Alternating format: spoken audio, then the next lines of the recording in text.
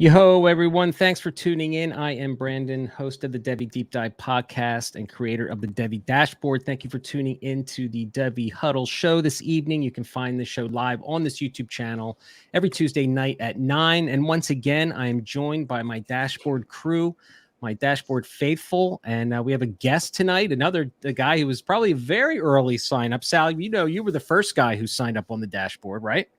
I don't think Tyler was too far behind. Tyler, welcome to the show, man. Thanks. You guys have, we've been kind of pretty excited. We're going to, we've been really talking a lot on the Dashboard chat. Obviously we're going to talk about the game from last night, but we're also going to really dig into the top 10 rookie running backs. I think we're going to have a really good discussion here. We're going to put our consensus Devy Dashboard rookie ranks for the running backs on the screen here shortly. And we're going to just debate the top 10. And then maybe what we'll do is, I didn't tell you guys, I'm going to throw a little curveball to you all, because that's kind of what I do on the show. Maybe what we're going to do afterward, towards the end, we're going to give a quick, you guys are each going to give me a guy outside the top 10 who by draft day could possibly pop into the top 10. All right. So Before we get started doing that, all right. So at least you have 45 minutes to think about it in your head while we talk, right? What did we think? I mean, I was really happy, for seeing Georgia win that game last night. I think, since 1980, we'll talk about the championship game here real shortly. I think it was great. I mean, just the history with Smart, and beating the mentor is always a good thing. I know for a coach getting his gig and getting his opportunity. Obviously, the news, the horrible news of the game was, Jameson Williams blowing out his ACL, which is just horrible for that young man who was headed to the NFL. But he'll recover from that ACL injury. I don't think that's going to be a problem. But let's just start off with that injury real quick, guys. I mean, I think there's a lot of people tweeting today that there's an asterisk next to this championship because of the Mechie injury and the Jameson, but no one's going to remember that and care in the record books from 10 years from now. But let's talk about Jameson Williams specifically. What do you guys think that this does to his draft stock? Maybe. I mean, do you think, he was a first round lock, first, second, third, depending on what mock you looked at coming off the board in the draft. Do you think this bumps him to the second round, or do you think a team is still going to believe in the talent and just, ACLs aren't what they used to be? What's everyone's thought? Rich, why don't you start us off? I think as long as the initial reports after the surgery come out good, and then he's able to attend the combine, obviously he won't be able to participate, but as long as the medicals check out, it might push him to the back of the first. But like you said, the ACL surgeries, they're cutting edge, so they're going to go right back to what he was. I don't think he's going to lose much. Speed was never an issue, right? So I'd be more concerned if he was not a speed guy, because then he wouldn't be able to participate in the combine. But it might push him back to the end of the first round, if that. Yeah. Anybody see him getting out of the first round at all? It's possible, I think. He could potentially bump up somebody else. Dotson probably jumps up a little bit and, might push him back early second potentially. But, I think it's more likely that, a team picking late in the first round will take a chance on him. Well, how long is the ACL? How long is the timeline roughly with ACL now? I think it's six months. So my God, Akers came back from an Achilles in 6 months. So I think an ACL is got to be. Somebody was on actually the local radio here talking about an ACL injury, and some doctor was on from Philadelphia Penn Hospital, and she said, no more than, right now with the NFL and the college and all their therapies and stuff, 6-7 months. And these kids are back on the field. Look at Pickens, right? He flashed a little bit. I was super excited. He was a guy I was super high on for a long time, and was just devastated. But, he came back. How many months has that been? Probably 5 or 6, right? I think he got hurt, in the spring? Yeah. Before the spring practices? Yeah. So I don't know. He'll probably be So ready. Where does that put us? That's July, August area. So end of training camp, maybe. Mm-hmm. Yeah. So, if he gets a red shirt, even of his first year in college, in the NFL, maybe he misses half a season. Nonetheless, I don't think he gets out of the first round still. I think people are going to expect that ACL to heal up just fine. Has he declared officially, or is there a chance he comes back? That's a good point. Sure, there's a chance. I'm sure there's a chance, but I don't think he comes back. Right. why risk another injury instead of going to the NFL? There's a few teams with multiple first-round picks too, and you wonder if that helps him out. Yep. They're willing to take that Eagles, second guy. Right. Yeah. There you go. A couple of them need receivers. Any running back or receivers. Yeah. So, Especially teams like maybe Kansas City at the end of the first round. I don't know if they have a first-round pick, but I mean, for the most part, if they're not going defense, it's a luxury pick, just like CEH. So why wouldn't they just grab Williams if he falls to them? Right. Yeah, Green Bay is another one that comes to mind. Yep. All right, Tyler, you're the defensive guru on here, and Sal. So I'm going to start off with you guys talking about this game real quick. The defensive part of the game. I mean, who were the defensive standouts? I mean, we all know about in Devy, like who the players are. You have to talk about Cook and White. I mean, I think they all had some respectable games. Anybody on defense that you guys were really impressed with? Well, the cornerbacks for Georgia, I'm trying to picture some of the names off the top of my head. But I know Jameson going out hurt them. But they were solid all game. How many times was Alabama right there at the goal line? 3-4 times, and they only got field goals. They shut it down where it mattered, and they were able to get that defensive line was able to get to Bryce Young. Nobody's been able to get to Bryce Young. Right. It was just a whole package. I mean, everybody stepped up. Yeah, Darion Kendrick's the one Georgia corner has probably been standing out the most this season. He's been really good. The Clemson transfer. But their speed both teams have at linebacker and just in the front seven in general just stands out like crazy. Nakobe Dean, that guy blitzes with his head on fire. Yeah. Kind of like a miniature poor man's Devin White. So he's one to keep an eye on. And Will Anderson's always impressive for Bama. Oh, Will Anderson is. Yeah. He's maybe the best player in college football.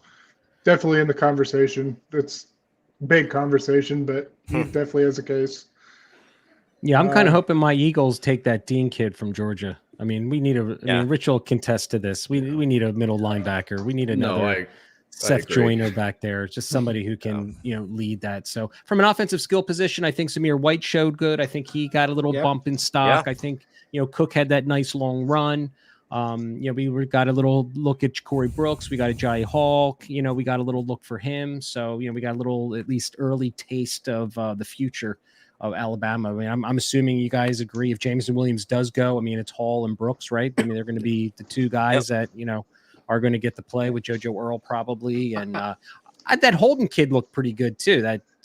Is that Trayshawn Holden? Is that what his name is? Holden. He's okay. I'm surprised I didn't see more Earl in that game. At least I didn't see any targets. I don't know if I saw any targets. Didn't he get hurt though in the season? Didn't something happen where he twisted his ankle on the special teams kick or something like that? I thought that's what happened. But Georgia, I guess that's the Georgia side of the ball. I mean, as far as the wide receivers for Georgia, I know I'm like all over the place here. Pickens had the nice catch. I was hoping to see more out of Burton. Donnie Mitchell. Donnie Mitchell, he flashed as well. So we got a nice glimpse. That's what the great part about this game is. You see the guys who are headed to the NFL, but it's also an opportunity to see some of these younger guys, and get a little bit of film, right, that we can take a look at and kind of break down over the off season. So, all right, man, let's get to the show, man. I'm like really excited to talk about these running backs. So I'm going to be putting on the screen here, gentlemen. You're all going to shrink here to very small sizes. All right. So here, I'm going to just kind of go through what we have on here. So if you're looking at the screen, what you're looking at, so the rank on the left column is the rank. The overall is, on the Devy Dashboard. All the contributors and the content creators are doing ranks for each position for the rookies. So the overall column 2 that you see there is basically their overall, with all the other positions included. And then the round is basically an ADP where you can see basically on average draft position what their round is going to be. So you can see from these ranks here that there's 3 that are expected to go in the first round.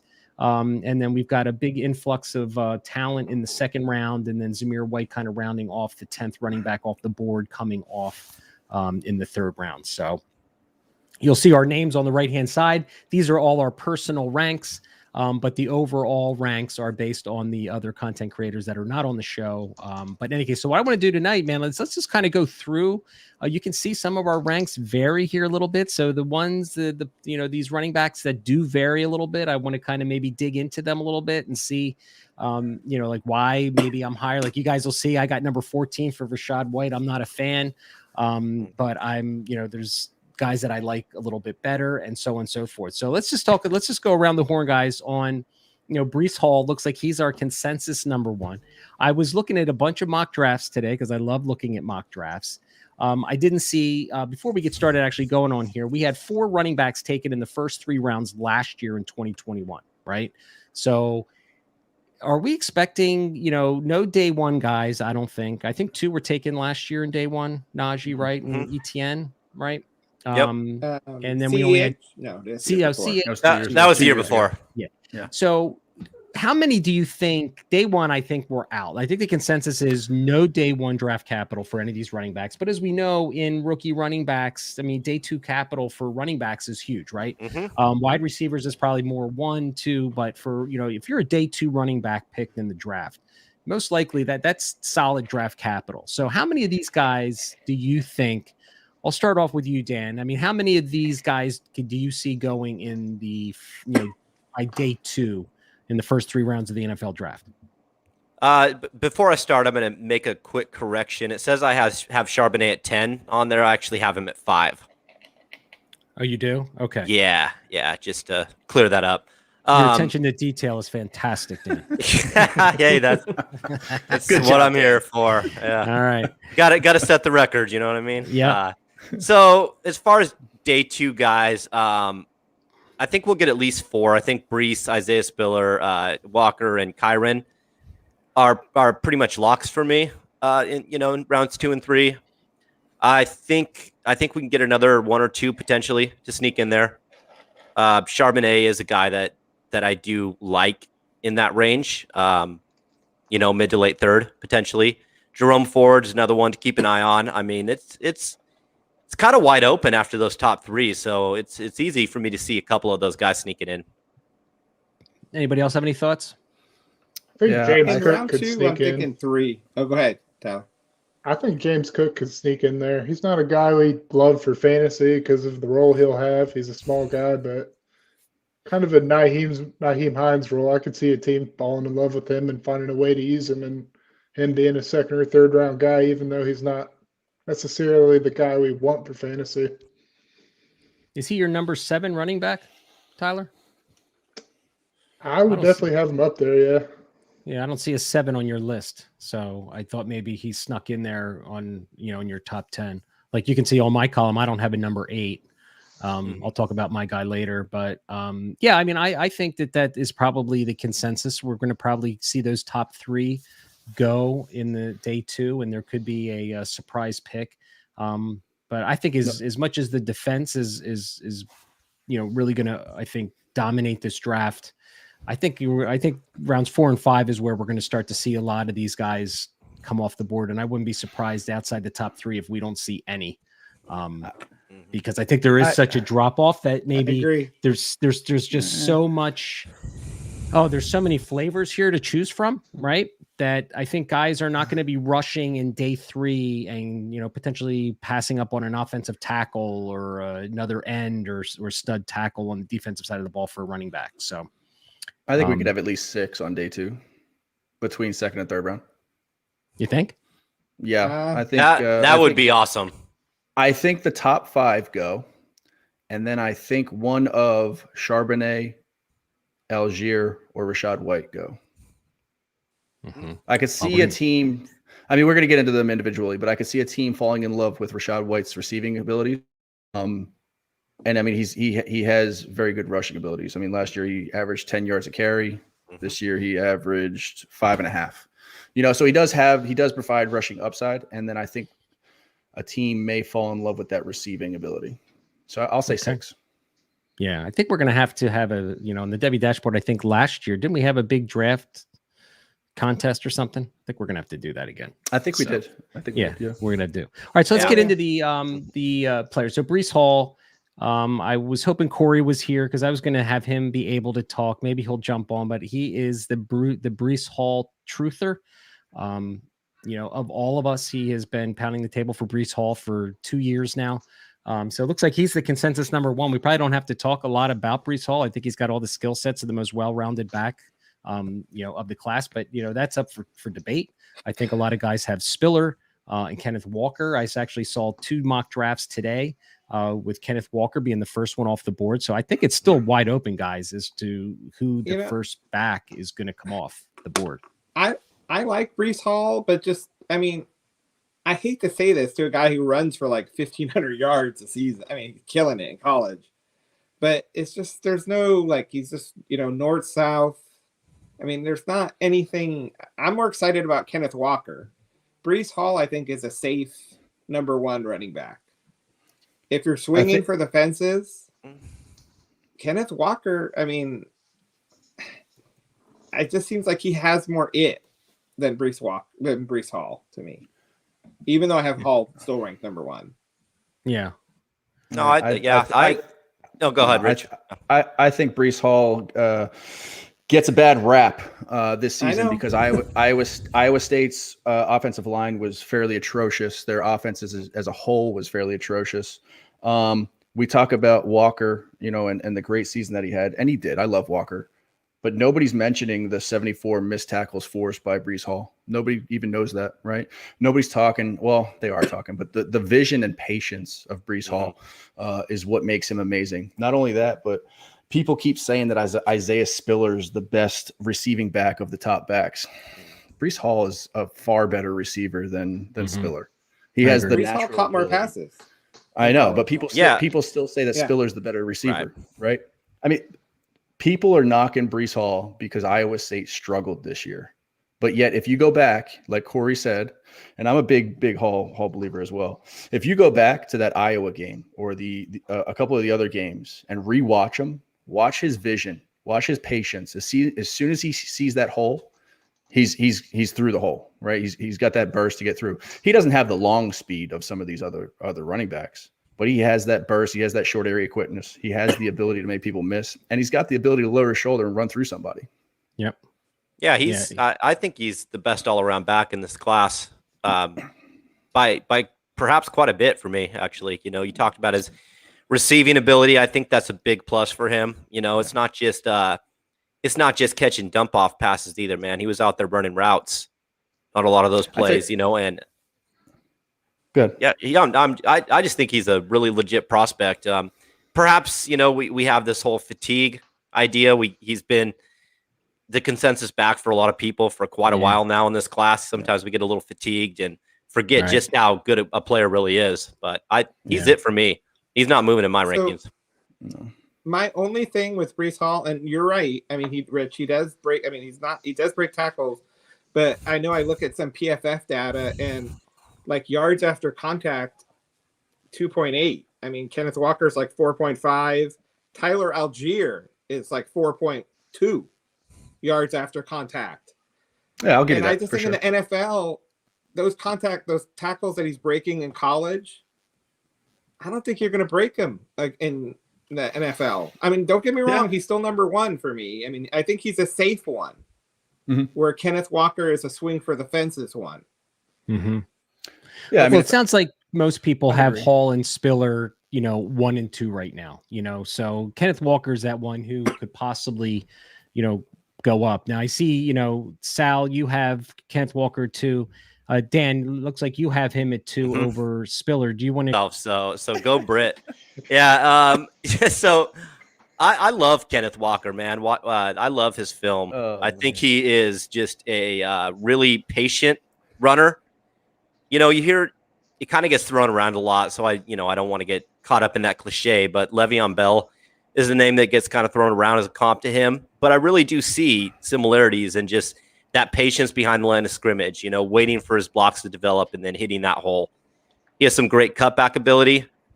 He's got long speed too. I don't think he's the fastest guy in this draft by any means, but when he hits a hole, he can take it to the house. And, one of the things I think is really underrated about him that sort of is a knock against him is the receiving. And I think he's a fine receiver, man. He can catch the ball. It's just, to me, it's more of a scheme thing. Michigan State just didn't utilize their running backs in that way. So I think a creative offensive mind will use him in that way because he has shown those pass catching chops. And I just, the speed, the power, the vision, the patience, those are things I love about Kenneth Walker. I love Kenneth Walker. I mean, I think he's up there in the top 3 for sure. I think most people right now, I don't think there's any other back penetrating the top 3. Everyone has their own preference. Tyler, it looks like you've got him up there too. You got Spiller actually 4. So, I mean, you got Zach Charbonnet at 3, which, why don't you just talk about Zach Charbonnet? So what do you like about Charbonnet? Well, versus, what do you like about Walker so much? And then tell us why you got Charbonnet. I'm very interested to hear why you got him over those guys. Yeah, so Walker's one of those guys who's just a very natural runner for me. When I watch him, he knows how to set up blocks. He sees the field. He sees the cuts at the first level and at the second level. That's one of my knocks on Spiller. He's very good second level vision, but every now and then you see him kind of just stop behind the line of scrimmage and kind of like look around, and he's kind of lost. So that's my big knock on Spiller, and that's why I got Walker and Charbonnet ahead of him. Like Daniel said, the pass catching is something we don't know on Walker. A lot of times we don't know in college. It's just not something every guy gets a chance to do. So that'll be one of the interesting things to see with him. But what he's shown, the little bit he's got a chance to do, hopefully he's got it. And if so, he's kind of reminds me of, I hate to throw out these weird comps, like Javonte Williams and Nick Chubb got that kind of vision to me.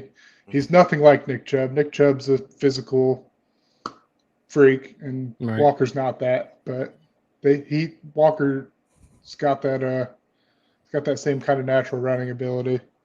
Yeah, and like Sal said, I mean, his yards after contact is pretty impressive. So he runs very angry for his size. Like he's not a small dude, but he runs angry. Right.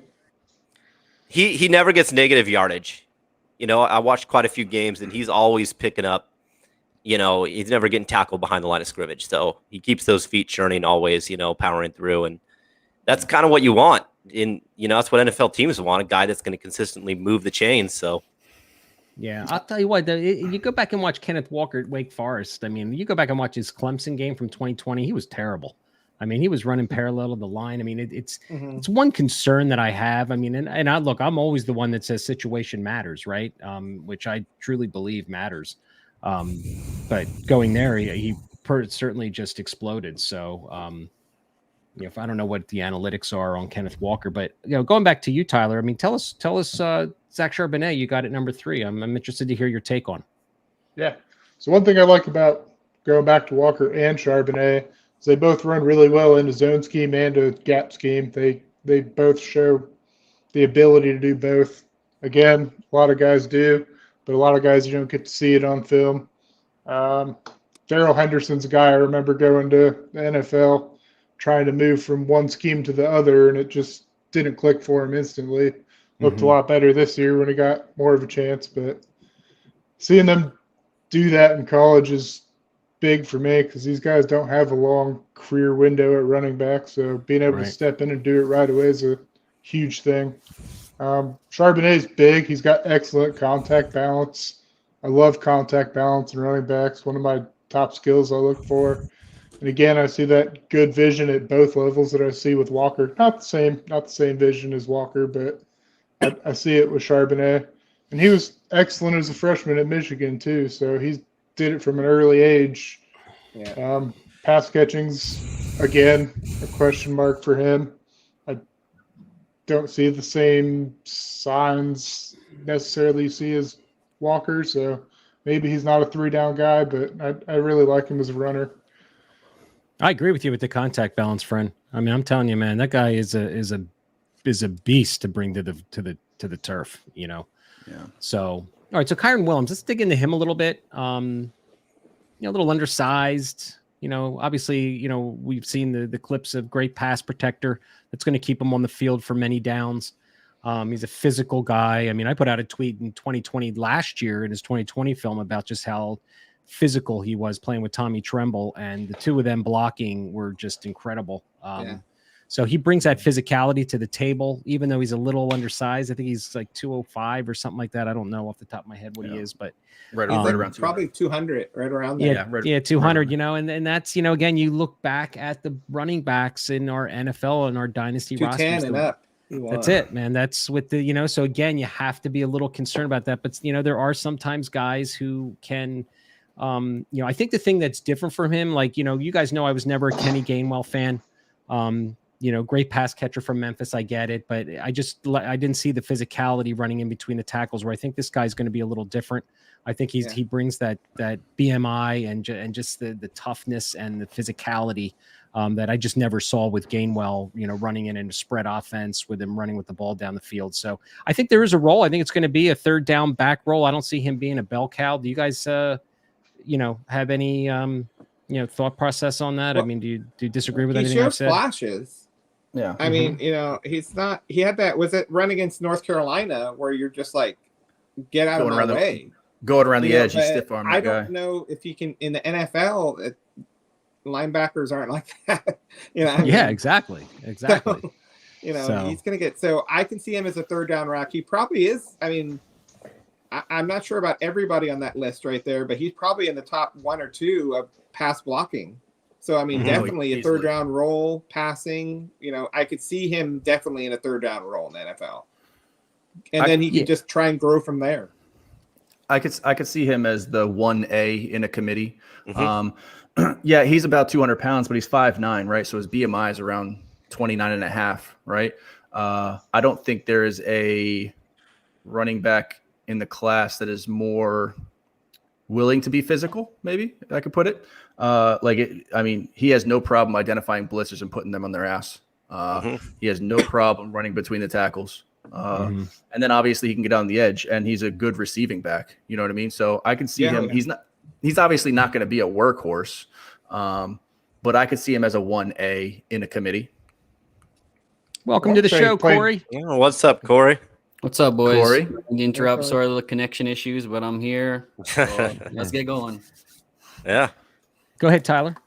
Also, he played some wide receiver in high school, so that aspect of his game does definitely show up, and something that'll keep him on the field is maybe even more than just the third down back. Yeah, he runs good routes.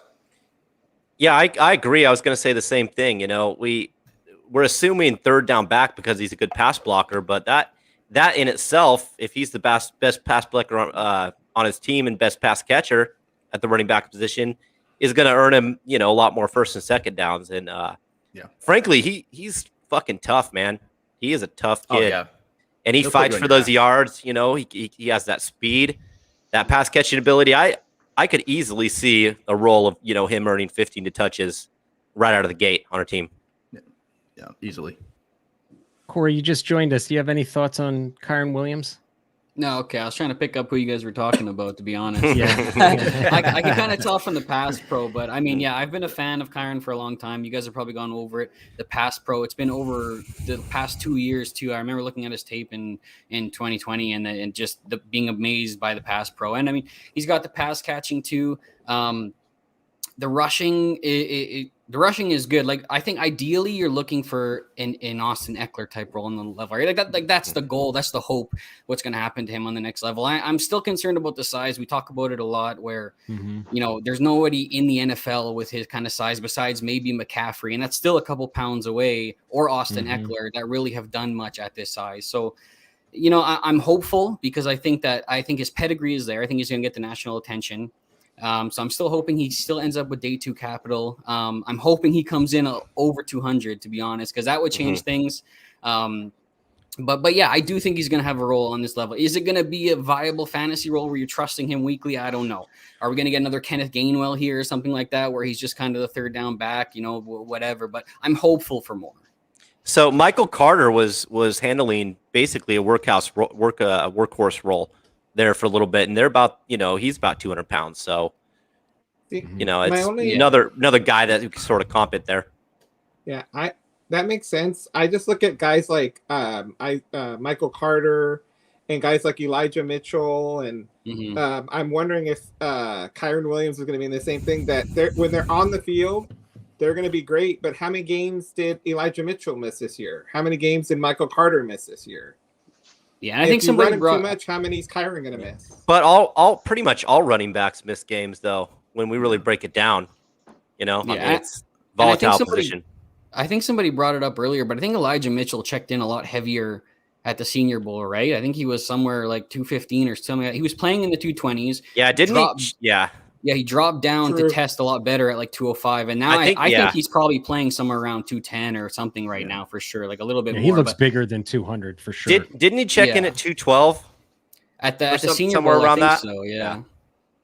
So I'm just gonna come out and say that I think Kyren Williams could be one of those guys that could fall, because could a team be looking more like at a Zach Charbonnet, at a Brian Robinson, somebody who meets those measurables, who could be that the bruiser, like for the Eagles, for example. I mean, in the third round, it'd be great. I'd love to see them take like Brian Robinson Jr. or something.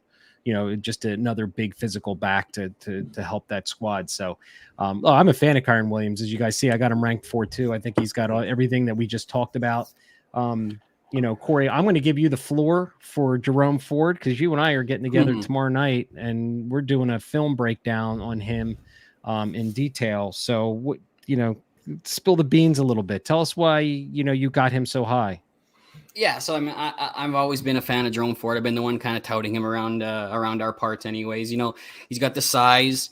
He's versatile. I'll get a little bit more into that. He's explosive. He's got the verified track speed, the 10.5 500 meter back in the day. I posted a link on my Twitter. There's a study where a guy went back, I don't even know how many years, but went back to like Andre Johnson, everybody, where they were testing 100-meter times to 40 times and how they converted. And loosely, that's going to go to about a 4.3, high 4.3, low 4.4 typically. So, I mean, that's pretty damn good speed. And we're talking about a guy who had year by year improvement. So in high school, he was actually more of a wide receiver. This guy had, I think, almost 1,400 receiving yards to only 800 rushing yards. So he was actually a wide receiver. He led his team in his senior year in high school in receiving. So we're talking about a guy that's versatile. He's bringing that to the table. And a lot of people want to knock that he didn't get much time at Bama. When he's playing behind Damian Harris, he's playing behind Najee, and he, like I said, he was a wide receiver coming in, so he had a little bit of a learning curve to learn the running back position. So he struggled to find time there. Ended up going to Cincy. That first year, 2020, I did find his vision still lacking a little bit. He took a little while to get his feet under him. He would hit that first hole well, then be a little bit confused on the second level. He would miss a hole here. He would miss something there, whatever. And now this year, I saw like massive improvement, at least in my opinion. We're talking about a guy who looked more comfortable rushing the ball. He spent a ton of time in pass pro as well, which is what I love. Like he really held down a 3-down role at Cincy. I'll say his technique could probably use a little bit of work, but the experience was really good to see. So we've already gone over the pass catching, and then as a rusher, now we're talking about a guy who looked more decisive hitting the hole, decisive hitting the lane as a rusher, showing a little bit of power. I mean, what was the game against Bama in the playoff game? I mean, this guy was driving piles, driving legs. Indiana, his touchdowns against Indiana when he's like at the 8-yard line, driving piles in. So I was overall impressed with how much he improved this year. And like we said, when guys have this kind of skill set, when I go back and I look at a guy like Antonio Gibson, who had, more receiving skills, a little bit of rushing skills, wasn't really super excelling anything. The tape wasn't even that good, but look at what he's done now on the NFL level, and look at what they're allowing him to learn on the NFL level. I think that Jerome Ford brings a lot of those capabilities, a lot of those traits, and I think that he's got a lot of upside on the next level. Yeah, cool. I agree with everything that you just said. Like, I'm super high on Jerome Ford. I have a lot of shares in C2C, and it's more like last year, obviously, Dokes was the starter, right? And people knocked him for not being able to beat out Dokes, right? That's not how Luke Fickell operates. No. You have to earn your slot in the starting lineup for Cincinnati, right? Dokes had been there forever. Ford just transferred in. Like you're saying, he's adjusting to a new system. But last year when he did get the ball, like he showed those flashes of what he could do, not only with the running between the tackles, but that long speed, right? The run against Georgia. I understand that after that he didn't do much, but he showed you that glimpse, right? And then like you said, he took the ball this year and just, completely ran with it. You know what I mean? If anybody's going to move up in my ranks, it's going to be Ford, and he'll pass Williams if it happens. I love Jerome Ford, and like Brandon says, situations matter, right? Yeah, That's right. It's a lot of untapped potential with him, I think, too. I mean, we only saw it for this 1 year, and I know that's going to be a knock too. It's going to be a knock that he only really started for 1 year, but like Jerome Dokes was good for Cincinnati. You know what I mean? And seniority is a real thing in college. It really is, especially to that coaching staff. Yeah, you know. Well, we should have a good film breakdown. He's listed at 5'11", 220. He doesn't look 220 to me. No, 215, 210, 215. 215. But he's thick. He is thick. Yeah. I don't know. He doesn't look thick on the field to me. I think what does Katie say? I don't think he's got a steak ass. I don't think he's got one. Yeah. There's no steak ass in my book. I highly doubt the 220. He's thick. Yeah, probably 215. You can see I have him ranked number 9, and I like the other backs better. I think they're more physical. So Corey, we should have a really good discussion. I watched his vision and his footwork and lateral ability. I liked it. It just didn't super impress me, and he just doesn't look 220 to me. So let's get to the next guy, Zach Charbonnet. We already got Tyler's thought process on Zach Charbonnet. Sal, you haven't piped in lately. What is your thoughts on Charbonnet and his prospect? Sal? Oh, sorry, I lost you there. That's okay. Well, I think you kind of just have to throw out that 220, their 2020 year, like in Michigan, and just look at everything else. Talking about contact balance. I know probably a lot of you guys probably didn't see him that much at UCLA because it's more at night games. But he was able to I was really surprised. He's probably somebody who I didn't have anywhere near my top 10 before the beginning of this year. And then especially, I think right after that Hawaii game, I said, I need to take a better look at him. And he's slowly one of those guys who I think an NFL team is just going to really like. He could be one of those 3rd round guys. I don't disagree. He runs like a fucking freight train, man. And I did get a chance to watch quite a few of those games being on the West Coast, the best coast. So you get to catch those Pac-12 games. That's right. Yeah, his power running is really fucking impressive, and I remember when he came out in that first game, and we had that discussion early on in one of the early shows about how impressive he was. We weren't sure if he was going to be able to necessarily keep that up throughout the season because it was, not very good competition. But he did, to his credit, he ran hard all year. He breaks a lot of tackles. That contact balance is great. He does have, I think he has above average speed. I don't think he's a burner by any means, but he can pick up chunk yards and, break those tackles. So I think the NFL really might fall in love with this guy. Yeah, I agree. I think all of these guys after the top 3, if you want to throw Kyren Williams in, I think it's going to be interesting to see how the NFL values them as we get closer to the draft. Brian Robinson Jr. showed his toughness and his physicality. I got him at number 5 on the list. I think he's going to get the Bama bump. I mean, he doesn't have the most spectacular lateral agility and nifty feet, but he's just a thick, physical downhill runner who can catch the ball, I think, better than people give him credit for. And I think that just coming from that school, and I don't care about his lack of early production. I think he is going to be an early day 3 pick, might sneak into day 2. But I just like his physicality. And again, like looking at the Eagles situation, I'd love to have a guy like this that could be a part of our backfield who could get those tough yards. And I think he has a role in the NFL for sure. Well, for fantasy, for NFL purposes, I can see Brian Robinson definitely being maybe a late day 2, if not early day 3 guy. For fantasy purposes, I probably don't want him on my team. I don't think he's going to be, I think he's definitely going to make it somewhere. Yeah. But I just don't see him, doing anything worth it for my fantasy team. I have legitimate reservations about Brian Robinson. Those last 4 guys, my top 6 right now are fairly set.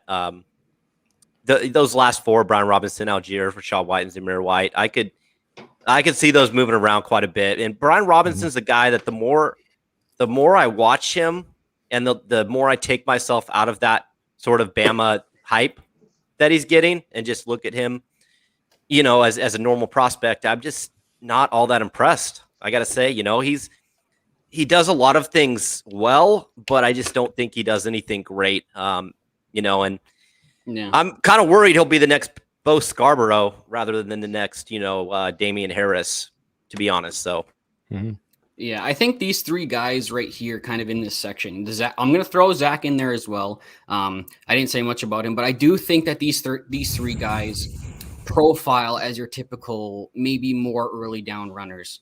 You know, guys who don't have insane change of direction speed. They're not crazy short area quickness. Like Charbonnet is definitely my favorite. I think he's probably best contact balance of this class.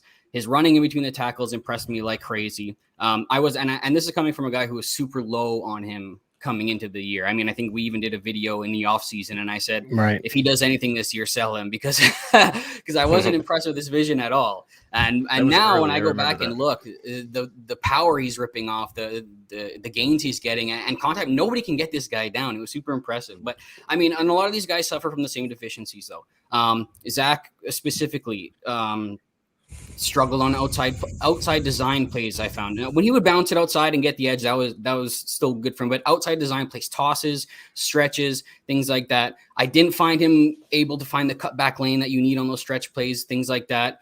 Same with Brian Robinson. It's the footwork.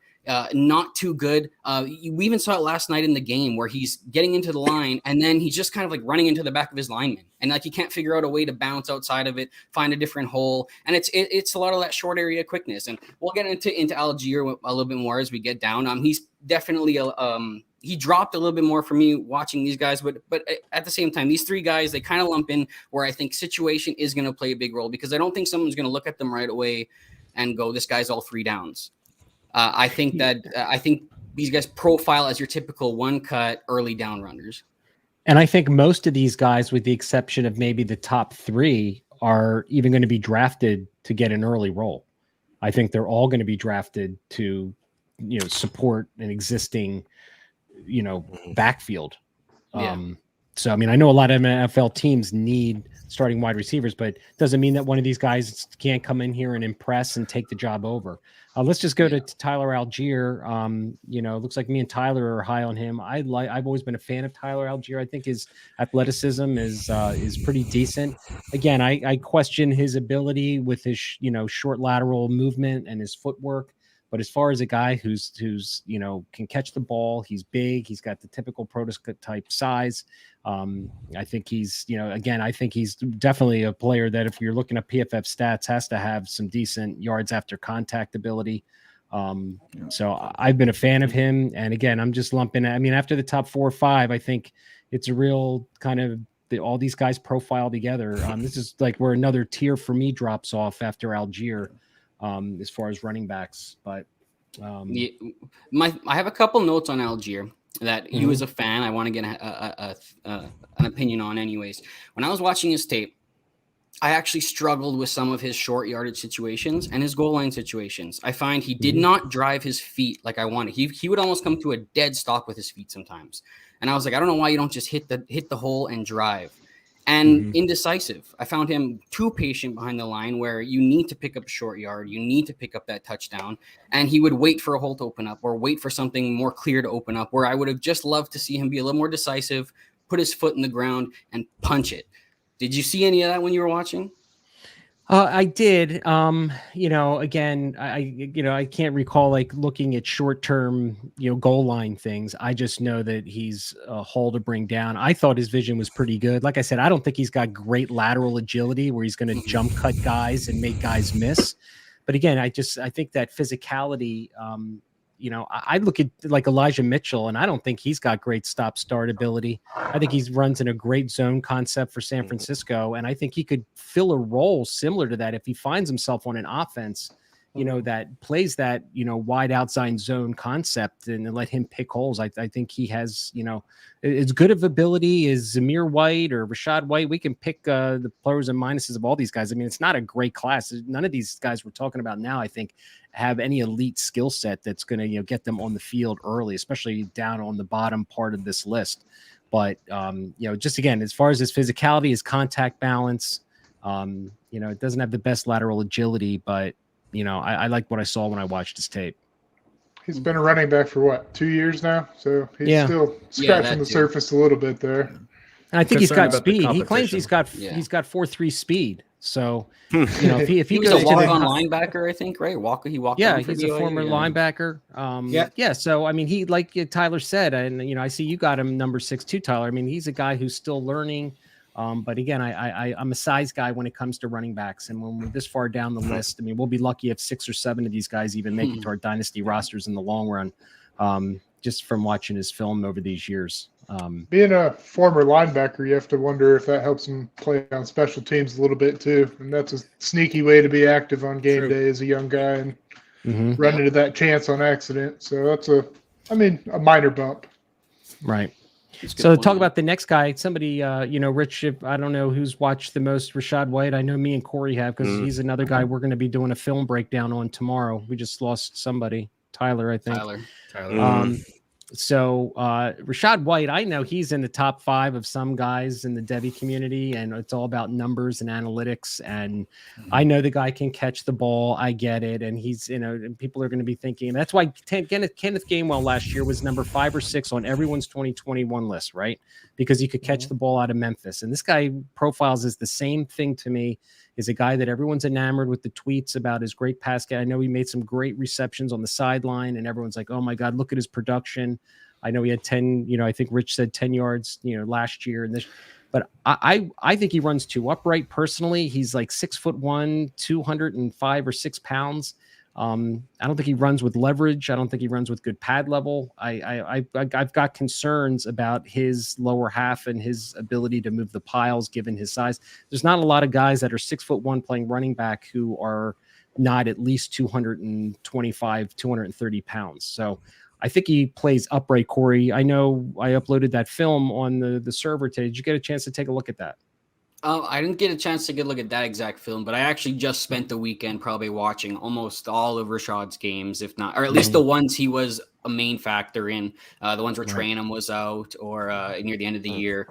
And I did come away feeling a lot of the same things. I would still call him probably one of the best pass catchers in this class. Kenneth Gainwell was also that, to your point. So I do think he is going to find a role for that. I also thought his pass pro was pretty good. So to be positive on that end, I do think those are some good things. Big play threat. He definitely has elite finishing speed. So I like to see that as well. So my comp, when I was talking to Brandon, I actually don't think they're similar runners. But the role in the NFL that I see for Rashad is what Tony Pollard is doing now, which is being a compliment to somebody, a big play guy. And the size isn't that off. I mean, 6'2", 5'10". What is Pollard? 6 foot 210 or something like that. So it's not crazy, but it's the same thing. It's getting them the ball on the outside, passes to the outside, letting him do work, tosses to the outside, letting him do work. That change of pace to a guy who's a little bit more adept running in between the tackles, because I found Rashad off the line, he didn't do what I wanted to see. Like, watch his tape again and tell me when you see him just burst off the line. Like he sees his hole and he hits it. He slow approaches this line. He slow presses this line so much, and it annoys me where I just want to see. I remember watching his tape actually, and I was watching actually on YouTube. There's these great OL cut-ups. If anybody wants to go look at tape, look up Arizona State O-line versus. Okay, they got all their O-line every clip playing. Regardless, anyway, so I'm watching this tape, and all of a sudden I see him finally hit the hole and go, and I go, finally, that plays good. And who is end up being? It's Nada. It's not even Rashad. So I found it was constant in his film over and over and over again. But regardless, I do think that he does have a role in the NFL. I don't think he's as good as an inside runner as Pollard. Like, I think Pollard could be an actual probably starting running back at some point. I don't think Rashad has that same in between the tackle run, but I love him in that type of role because his pass catching is elite, his finishing is elite, he's a big play threat, and his pass pro is good. Yeah, I'm a big fan of Rashad White. Actually, it shows I have him at 9 here. I think I did a little tweaking probably after you put these rankings up. I think I moved him up to 7. I did get a chance to watch a lot of his games again, West Coast, right, catching those Pac-12 games, and I have gone back and watched some film, and I like him quite a bit, man. I really think, like Rich said earlier, that I think you said that, Rich, that he could sneak into day 2. and be one of those guys that gets picked. And back end at day 2. Yeah, I think so. Yeah, I mean, I could absolutely see that. Is he the ideal size, height, and weight for a running back? No, I don't think he is. I think he's listed at 210 right now. But that he's fucking elusive in the open field. I think that's one of his most impressive traits. If in some of those things you talked about, Corey, that we talked about, those are coachable traits. I think if he can learn to read a little bit and hit that hole a little bit faster, he could really be a big play guy, make some big plays in the NFL. And that pass catching again, I know there's Gainwell that's not doing a whole ton right now, but who's to say that Gainwell won't become a guy that catches 50, 60 balls on the Eagles? They've utilized him a little bit in some of these games. So yeah, I like him. I think he could earn a pretty significant role on the right team. Cool. Yeah, he's just up there. He's just really highly valued right now. I mean, he's in a lot of, not in the draft circles like the draft community, but the Twitter community. I think people are. Some people say he's good analytics, which I don't even understand how that's possible with being a JUCO. Efficiency. I mean, he's crazy efficient. Yeah, it's efficiency. Yeah. He's been and that's what the numbers love. I mean, like last year, he averaged 10 yards a carry, right? This year, it's 5.5 yards a carry. He's got 15 touchdowns this year, 44 missed tackles forced on the season. Now, I don't really like that stat because it's kind of skewed. But it shows that he can make people miss, right? And then in the receiving game, he's got 43 receptions, so he hits that benchmark. I get it. I mean, he's a very good back. I still have to go back and really watch him more in depth. That's why I have him at 9. I could see him moving up just a little bit, but the highest would probably be around that 7 range for me. So let's not forget that he basically forced Trainum back to fucking linebacker, right? I mean, Trainum was the guy that was so hyped up this offseason, and Rashad just took that job and ran with it. I don't think that's true because Rashad White's gone now, right? So why wouldn't Trainum stay there? I'm being with no competition about it, but Trainum fumbled away his job. He did. Yeah. But my point being that they started the season kind of with the two of them rotating, and Rashad took that job over pretty quick early in the year. Yeah. But like I said, like on those O-line tapes again too, when I was watching it and Trainum was part of it, you just see such a difference between Nada and Trainum at the line, which is to me important in my evaluation because NFL is played so much in those 3 to 5 yard gains and the line picking that up. You're not going to get on the outside every fucking play. You're not going to be able to get the edge every play. You have to be able to pick up those tough yards, be able to read the line. And that's where I struggle. If you're taking him thinking that he's going to be that, there's nothing to say he can't develop into that. You know what I mean? Like I was relating him to Pollard. I don't think a lot of us were super high on Pollard in the beginning, but maybe over these years, he's kind of developed more into something that we are kind of now excited about if Elliott were to leave or something like that. So maybe Rashad can be somebody like that and develop it more, like you said, a coachable trait, being more decisive at the line and picking his hole at the line. So like you're saying, does he have the traits to be able to get developed into that? Then absolutely. He's like we put it out, he's a JUCO guy, right? So he still needed that adjustment period to the speed. He's a 5-year guy though too, isn't he? This is 5 years he's been playing collegiate level too. Yeah, but I mean, you got to adapt to the speed of being in the Power 5, right? But did he show the traits? And obviously, if he goes to the right situation, then like you're saying, he could turn into a Pollard type player. So all right, enough of him. All right, Zamir White. We're getting long in the tooth here. I'd like to get to these things in like 60 minutes, so then we start losing people. So Zamir White, I think we're probably all in the same boat. He rounds out our top 10. He looked good and physical last night playing at Georgia, obviously. Again, but you're going to have to just decide whether or not the NFL is going to trust his 2 knees, which I don't see why they wouldn't. He's been playing for the last 2 years injury-free pretty much. So I think his ACL concerns are overblown at this point. He's going to land on a team that needs, that might have more of a finesse kind of backfield on their roster who's looking for a big bruiser, third down guy. I don't see Zamir White ever leading a backfield. I think he's going to be a complementary piece. Anybody have anything different? thoughts than that. Today's NFL, I mean, look at who was starting this last week. You know, with all the injuries and everything, you can never have enough running backs. Oh, I agree. And so, you know, I could see like Zamir White, Tyler Algier, Rashad White getting jobs as like, you know, the backup, just, you know, as the extra back. But, you know, with me in this draft, if you're not getting, and as far as fantasy purposes, if you're not getting Hall, Walker, Spiller, maybe Ford, wait till next year. Pick your running back. Yeah. I have receivers. I actually think Zamir White could be a riser. You know, former five-star prospect. He is really thickly built. You know, he runs with good power. He has pretty good vision. He has a little bit of speed to his game. I don't know how much he lost with those 2 ACLs, if any, but he kind of feels like a guy that, as a Devy community, we're a little bit down on, but the NFL might feel differently about he's him. In the top. I'll tell you right now, he's in the top 10 of every draft nick out there. I mean, so I mean, a lot of these guys that we're talking about, probably Tyler Algier and Rashad White aren't, but the rest of these guys, I think, are squarely in. You know, we got combine coming up. Maybe we'll do a post combine show of something like this. But I think it's a good for the discussion. But Sal, I completely agree, 100%. Good call on that. Of just, you know, it's going to be a top heavy 4 or 5 class. But as we know, hey, listen, man, the bottom line is this: we're all looking for the next Elijah Mitchell, right? Yep. We're all looking for that day 3 guy that, you know, we pick in the 3rd round of our rookie draft. That's how you win leagues. Oh, that's right. So we're looking for league winners. Oh, so yeah. we still got 3 months to go, 2.5 months, whatever, before the NFL draft. We have the combine, senior bowl coming up, pro days. You know, Twitter will be flooded with hand size and real weigh-in measurements and all sorts of stuff that'll be, you know, tweaking this. So we'll do this again. But before we go, guys, I wanted to go around the horn. Give me a guy's name. I'll start, you know, with a guy that, you know, you like probably more than the rest that isn't on the list. I know I threw a curveball at you and, you know, you didn't know this was not on the show sheet.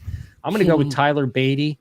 I know he is a small guy at 5'8", 194. Most people are going to pass on him. I get it, but we're all talking about Rashad White and how great his pass catching was. Well, you know, this kid caught 54 balls for 330 yards and 4 TDs and ran for, I think, 4 or 5 200-yard games in the SEC for 1,600 yards, 14 TDs, averaging 6 yards a carry. Again, he's not a guy that's ever going to come in and lead a back. But I'll tell you, every time I'm looking and I'm watching the kid from the Eagles, his name's escaping me right now. Who's the little kid who ran Rich this? Boston Scott. Boston Scott, right? Yeah. Found himself a role. Tyler Beatty's a guy who I think would be a great 3rd down back. He's everything I think everyone wanted Tyler. He's going to be everything everyone wanted Kenneth Gainwell to be. That guy who's going to be able to run between the tackles and, you know, on occasion and be that physical guy. But this dude is physical as hell. I'm going to be doing a film breakdown on him. But he's a guy that you'll notice here, he's my number 8 back on my top 10 list. He didn't make this cut because this is more of an average for all the Devy guys. But I don't know. I like Tyler Beatty. I think he's going to surprise some people. I think he's going to be an early day 3 pick. And I think if he lands in the right spot, he can be, you know, a PPR, you know, somebody who could be like maybe even better than a Naeem Hines, something like that. So, Rich, who do you got? Anybody you can think of right now that's popping that you think might make your top 10? Yeah, so somebody that I really like and I've really liked since last season is Sincere McCormick from UTSA. Obviously, it's a smaller school, right? He's 5'9", 205. He runs well between the tackles. He has good speed, good burst. I think he's got good vision. And he showed this year that he can help out in the passing game. He had 23 receptions. I kind of view him, I know it's a different school, I kind of view him as potentially a day 3 guy that could turn into an Aaron Jones. Maybe not that good, but similar type of a role. So that's just kind of somebody that I really, really like, and I think I have him at like number 11. Cool. Sal? So one of these Senior Bowl running backs is going to bust out.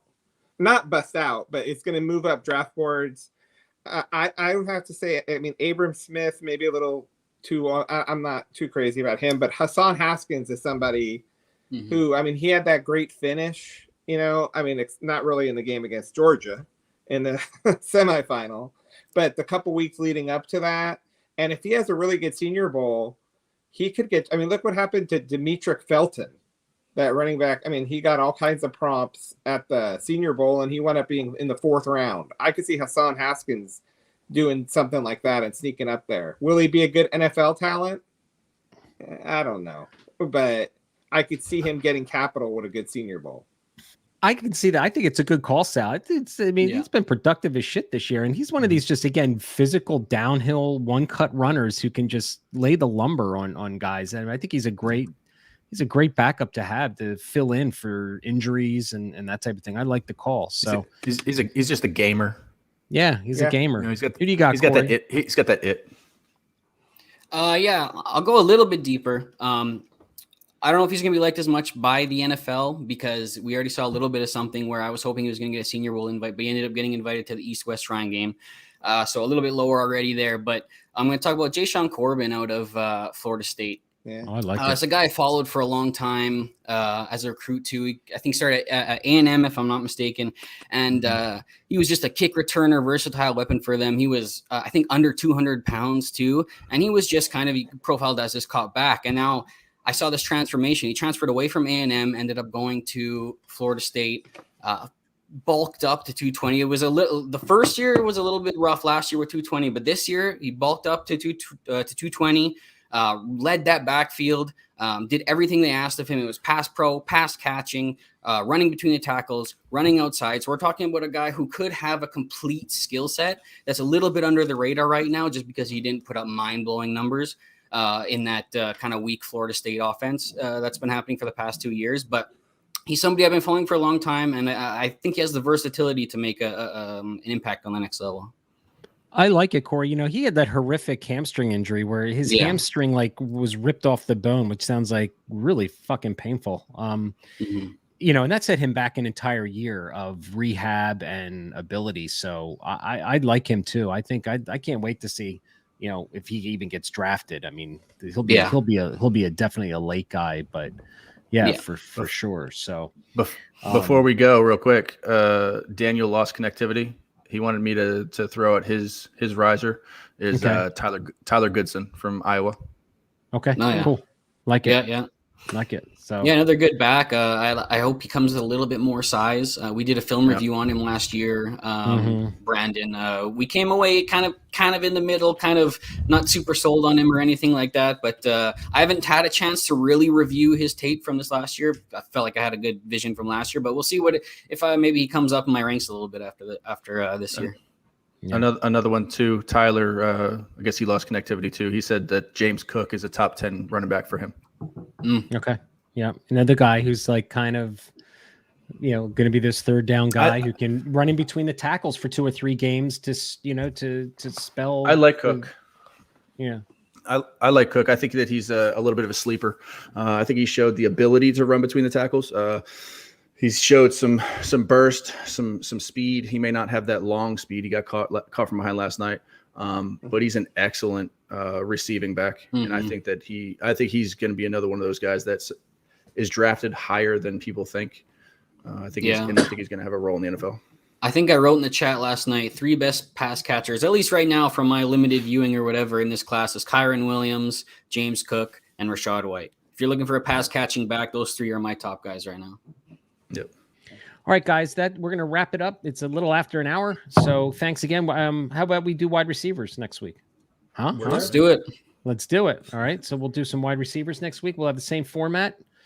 So we'll see everyone next week. Thanks for tuning in, everybody.